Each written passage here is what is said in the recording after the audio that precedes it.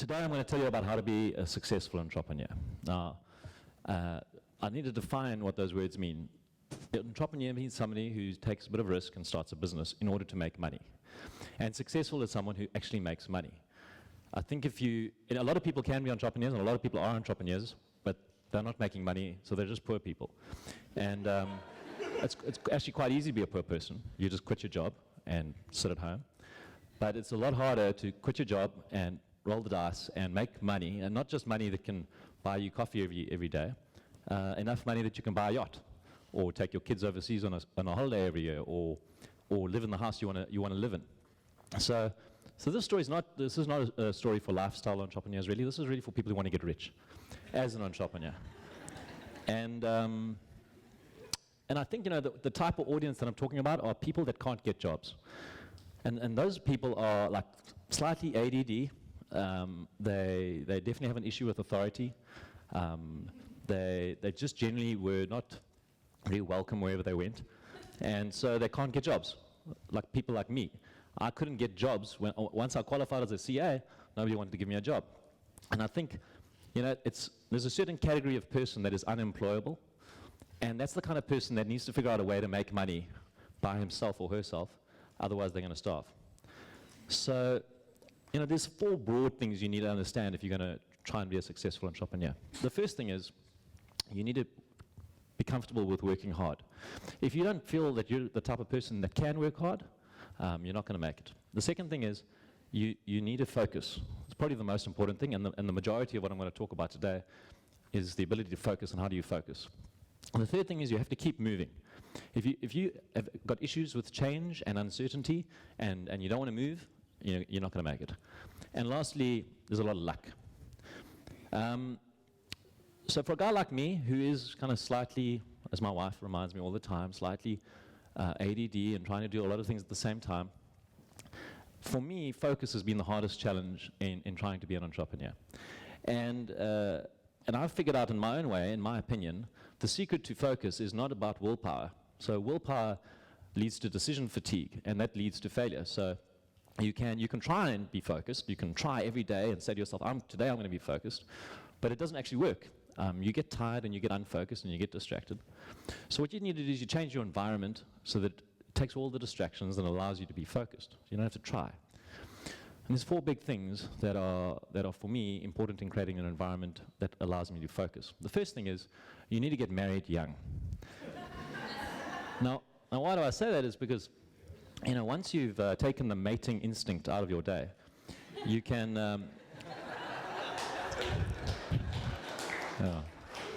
once you not looking at Tinder every 5 seconds or WhatsApp or tonight I'm going out, and tomorrow night, and the next night, and every night of the week, because it's a numbers game, and you want to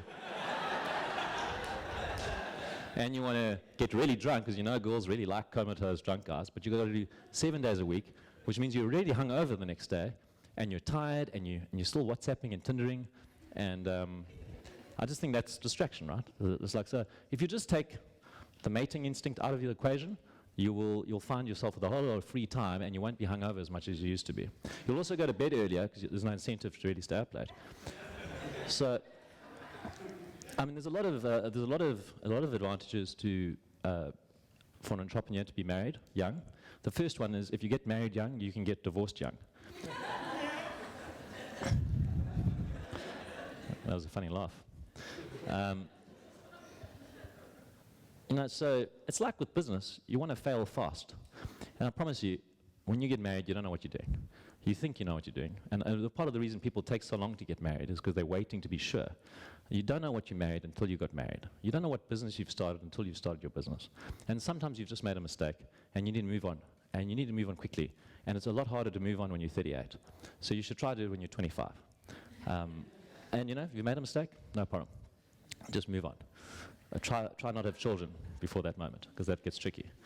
How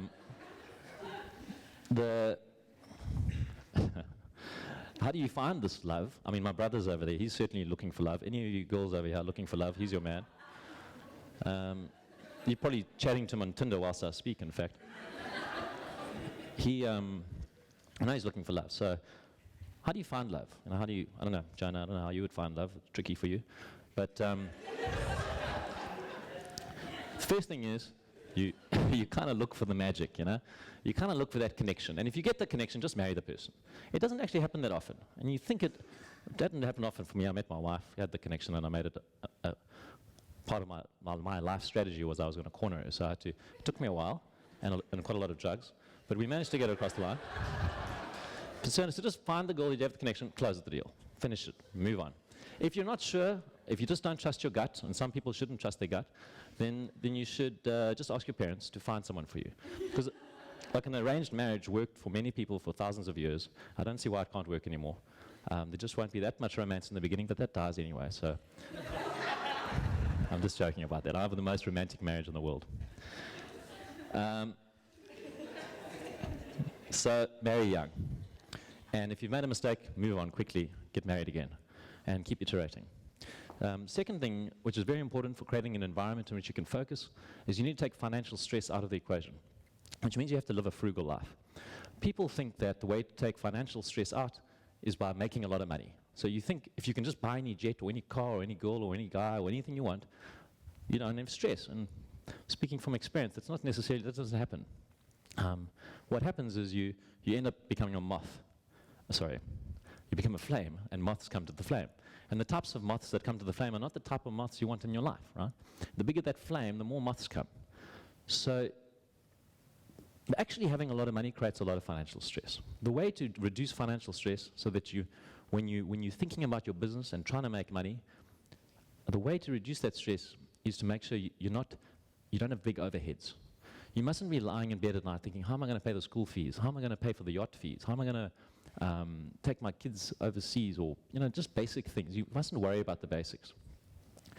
And so in my experience, my career, I've kind of had some ups and downs. But, my latest version, which I reserve the right to change, is pretty frugal. And the nice thing about all of that is it means I've got this long, long runway. So there's a certain element of having savings in the bank, but there's this other element of how much money you're spending every day, because that determines how long your runway is. And you can take off. The longer the runway, the easier it is to take off. And you don't want to be thinking like, I've only got 100 meters left of runway. So if you get your living costs really low, you put your kids in a government school, you drive a second-hand car, you rent a house, you can go for a hell of a long time, and you never worry about money. And you don't actually sacrifice your quality of life, not in a place like South Africa. So you've got to get those. If you want to focus, if you want to take that funny humming at the back of your brain out of the equation, you have to make sure you're not spending a lot of money every day. And by the way, one of the most expensive overheads you'll ever have is an expensive spouse. So, back to my first point, just marry somebody who's not going to spend a lot of money. The third thing to create an environment that allows you to focus is you need to find partners. Now, the reason for that is because a guy like me, and most people want to do lots of things at the same time, we have to delegate, You can't do everything. You actually want to do everything, but you can't do everything. So you need to find people that you can just, once you've got this little thing going, you just hand it off, and that person picks it up and runs with it. Now, I think, partners, very difficult questions. It's just like marriage. They can end in divorce. It can be very messy. And just like with girls and guys, you have to actually put yourself out there a little bit.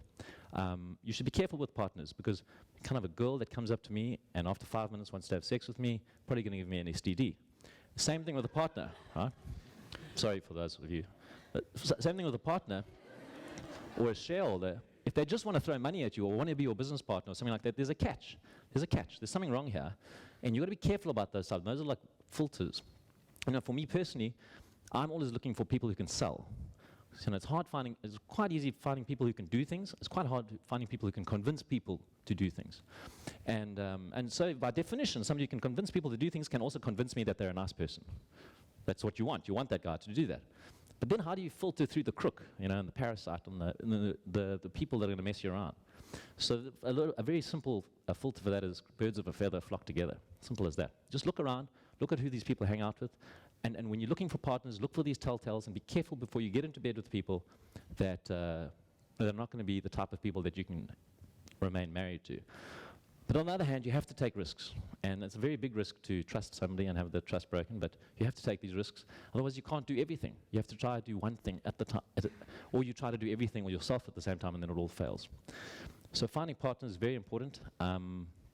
And I think, you know, it's all about making yourself vulnerable. You say to people, this is my idea, this is what I want to do, blah, blah, blah, blah, and then they either screw you or they don't screw you, like early on. You know, you want to be screwed early. You don't want to, I use the other word normally, but you don't want to have this kind of situation where after 10 years being in a relationship with somebody, finally they get a gap to take you out and they take you out. You'd rather be taken out in month one, you know? So get used to trusting people, making yourself vulnerable, giving them an opportunity to screw you so that you can just put them on a little list of people you don't want to hang out with anymore. The last, and by the way, just, you know, you're in bed with the wrong person, just get out of bed. Just move on, you know, just move away from the relationship. Don't get into these destructive fights with partners where everyone's fighting over the house and the kids. I'm talking that as a metaphor for your business and your staff. And you end up damaging the house and the kids. Just walk away. It can be quite hard, but that's the way to do it. The fourth thing that you need to do in order to create an environment that you can focus on, in my opinion, is you need to live in the right place. So it's about geography, location, location, location. Now, I would say just generally, if you're living in Cape Town and you say you're an entrepreneur, you're not really an entrepreneur. You're just a dude who wants to go surfing or a girl who wants to go surfing or whatever. You're not really, because there's no money in Cape Town. There's a lot of rich people in Cape Town, but they don't spend their money. They stare at the money. It's in a vase or in the bath or something, and they just look at it, and they stroke it. But in Joburg, money is in Joburg. So if you're serious about money, I made my money in Joburg. Look, Joburg's where the money is. Since I moved to the Cape, I've been spending my money. But Joburg's where the money is. So if you're really serious about making money, you've got to go where the money is and tap into that money. But having said that, I don't know if that's really the best thing for an entrepreneur who wants to be successful, because you have to also be creative if you're really going to change the game. You have to really get creative. And I'm sure my favorite comedian in the world, she has to think carefully about all these jokes she comes up with, like surnames and things like that. And to do that, she needs to be in an environment where there's no distractions. So you have to be in an environment that doesn't distract you. Like Joburg, if you're living in Joburg, it's like being a 7-year-old in a candy store. Right? There's so many sweets. You just want to get that sweet and that sweet and that sweet, and you just don't know, like you have overload. Joburg's like that. There's opportunity, there's girls, there's guys, there's stuff happening, there's money. It's just too much. Down here, there's not much. And not even close to as much as the energy that Joburg has. So I think thanks to these cheap flights we got nowadays, and broadband mostly, people can telecommute, and you don't necessarily have to now live in the middle of the vortex and be distracted. You can now live in a town that is a little bit less distracting and a little bit more calm and sensible and less dangerous, and think about how you're going to change the world and take over the world and make a hell of a lot of money. In terms of, how do you find that place where you want to live? I mean, it's just about people, who you resonate with. Now, I've lived in it a few times. I grew up in Pretoria. Never go back there. Then I went to PE, great people, but the armpit of South Africa. Then I went to Cape Town, and don't ask people from Cape Town what school they went to, because they're going to tell you. And then I went to Joburg, and Joburg's great. An amazing vibe in Joburg. I love Joburg. I actually live in Joburg the rest of my life, but kids, not such a great place. I lived in New York for a while, and it's kind of come out, and I've lived all these places. I'm not really sure where I want to live. I'm currently in the process of selling my wife. The biggest sell of my entire life will be convincing her that we should move to Port Elizabeth again, because it turns out I like the armpit, and that's like an iterative process. It's just you think you're in the right place, and then you realize you're not in the right place. Don't get stuck in it. Don't feel like you can't just say I made a mistake and move on. Just say, okay, made a mistake, let's move on. Of course, those decisions, that affects who you marry as well. The person you marry is the type of person that lives in the town where you live. So it's very important. Geography is almost more important than getting married young, because the type of person you marry when you're young will be determined by where you're living. Those are the 4 things. You do those 4 things, I think you can create an environment where you can focus. And if you can focus, you can make a lot of money, provided you work really, really hard, and that you keep moving. You just keep iterating. You never get stuck on something. If it's the wrong wife or husband, just move on. If it's the wrong partner in your business, move on. If you're living in the wrong town, you just move on. If you're living a big life and you've got a yacht and you're a fancy oak and all of that stuff, and now you have to change your life to a little bit more frugal, a little bit more humble, well, so what? Who cares what people think? Move on. Change what you got to do. Keep changing until you get to what you got to get to, in order to make a hell of a lot of money. And then by then you won't need the money because you're not spending any money. But the point is you can look at it then, like the Cape Town people. You know, the one thing I want to say is that for me, I can't emphasize enough the importance of finding a life partner. So business partners are business partners, but life partners, spouses. Because, you know, there's all these hidden things that happen that you don't know about when you start a business. Like you make a lot of money. I was once in the Huisgenoot. Let me tell you, a lot of people read the Huisgenoot. And when you get carried away up there, you need somebody to pull you down. When you get hit to the ground, you need somebody to pick you up. You need somebody to have legitimate children with, because children are quite cool. You need to have somebody to pay the bills for the first 2 years. My first business, I didn't pay the bills for 2 years, and my wife was luckily a CA, so she paid the bills, and you know, that's what got us free, you know, of financial dependence. So, you know, there's lots of things about getting married young. It's something I can't overemphasize enough. I think my friends all got married when they were in their early 30s. I think it's something that I tell my kids to get married young, even though they're daughters. But if there's one little piece of advice I can give everybody here, it's just to guarantee that you become a successful entrepreneur. It would be to marry the right person. Thank you very much.